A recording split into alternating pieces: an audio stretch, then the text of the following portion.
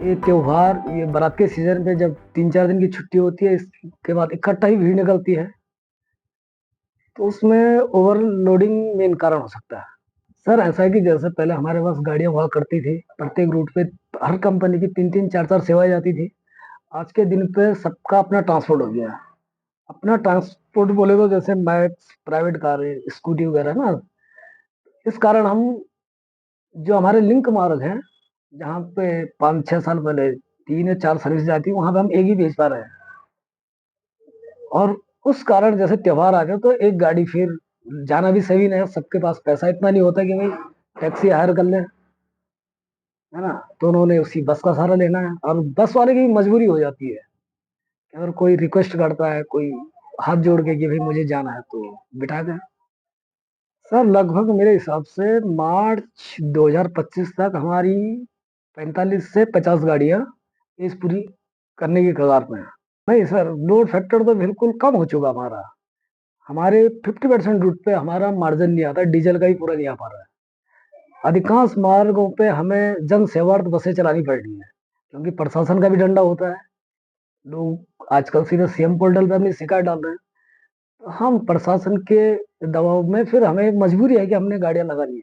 और पूरा डीजल का नहीं आ रहा, पार्ट्स इतने महंगे हो गए, टायर इतने, हर कोई नई गाड़ी लेने की नहीं सोच पा रहा है, और मजबूरी है कि एक रूट पे एक गाड़ी चलानी पड़ रही है। दुगना हो गया, दुगना। जो 5-6-7 साल पहले गाड़ी जो हमारी 13, 13.5 में ऑन रूट बैठती थी, आज मेरे हिसाब से 25-26 लाख के लगभग ऑन रूट हो रही है। उस में इतना लोड फैक्टर नहीं होने के कारण आदमी गाड़ी की किस्त देगा या फिर अपनी जीविका चलाएगा। बच्चे भी पालने भी इसी से, है ना। 15-20 हजार रुपए इन टोटल मंथली बचत नहीं आ पा रही गाड़ी में। उसमें ड्राइवर कंडक्टर की तनख्वाह भी देनी है, टैक्सेस देने हैं, टायर मेंटेनेंस का खर्चा है। तो 10 महीने तो बिल्कुल मतलब बुरी हालत हम बोलेंगे कॉमर्शियल वाहन स्वामी की ओर की। सर मेरे हिसाब से एक तो पहले तो निजी और प्राइवेट वाहन है जो ये चल रही हैं, अपना ट्रांसपोर्ट है, इस पे लगाम लगाई जाए। और प्रशासन को चाहिए कि जहाँ पे लोगों की डिमांड है, वहाँ पे सरकारी तंत्र को भी अपनी गाड़ियां लगानी चाहिए। केवल मेन रूट, मेन जहाँ पे लोड फैक्टर अच्छा है, यहाँ से देहरादून, पौड़ी से देहरादून, पौड़ी से दिल्ली, पौड़ी से मेन रूटों पे ही देहरादून, ये अधिकांश जो सरकारी बसें हैं वो चल रही है। ब्रांच लिंक मार्गों पे कोई जाने के लिए तैयार नहीं है।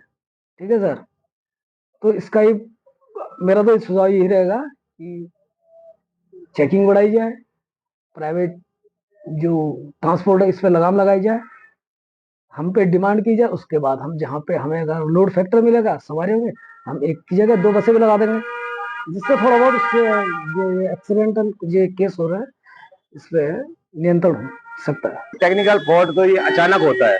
देखो, अगर हमारी गाड़ी कहीं पे अगर जाती है तो बैन है, तो बैनों में क्या होता है, अक्सर झोंक मारती गाड़ी। अगर मेन पट्टा अगर लुकी से टूट गया, आप उसमें चाहे ब्रेक मारो चाहे कुछ हुआ, वो रुक ही नहीं सकती है। दूसरा नंबर है इसका एक टायर आर एंड होता है। अगर टायर आर एंड कहीं पे अगर निकल गया, वो भी धोखे में ही निकलता है, वहां पे भी आप गाड़ी नहीं बचा सकते, चाहे ब्रेक चाहे कितना भी मान लो आप, पर गाड़ी नहीं बचा सकते हो, क्योंकि ये है अचानक होती है।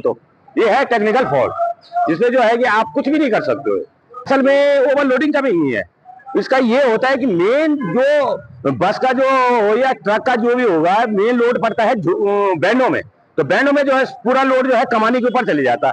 तो मेन पट्टे में मेन जो मुट्ठी रहती है, वो अगर टूट गई तो आप चाहे कितना भी कुछ कर लो, कोशिश कर लो, पर नहीं बचा सकते। जहां कटी हुई गाड़ी वहीं जाएगी।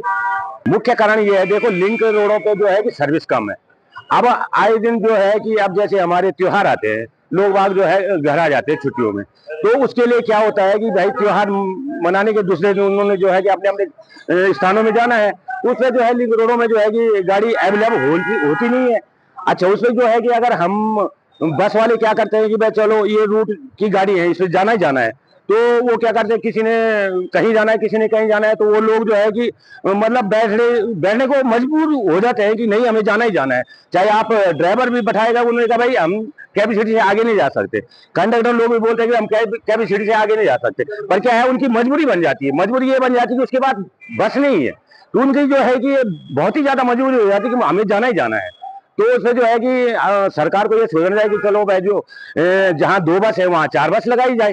तो जो है कि लोगों को जो है कि आने जाने में कोई दिक्कत ना हो। मैं कहना चाहता हूँ, अभी यहाँ पर देख लीजिए कितनी बड़ी दुर्घटना हुई है यहाँ पर। अगर यहाँ पर सड़कें सारी व्यवस्था ठीक होती तो शायद क्या, आज मैं बता रहा हूँ कि धामी जी के माध्यम से, धामी जी आज आप बोलते हैं कि यहाँ पर जो है 4 धाम यात्रा हो रही है, हमारी बसों की कटौती हो जाती है, दुर्घटना नहीं घटती है। अगर ये दुर्घटना घटी है तो केवल शासन और प्रशासन की कमी के कारण।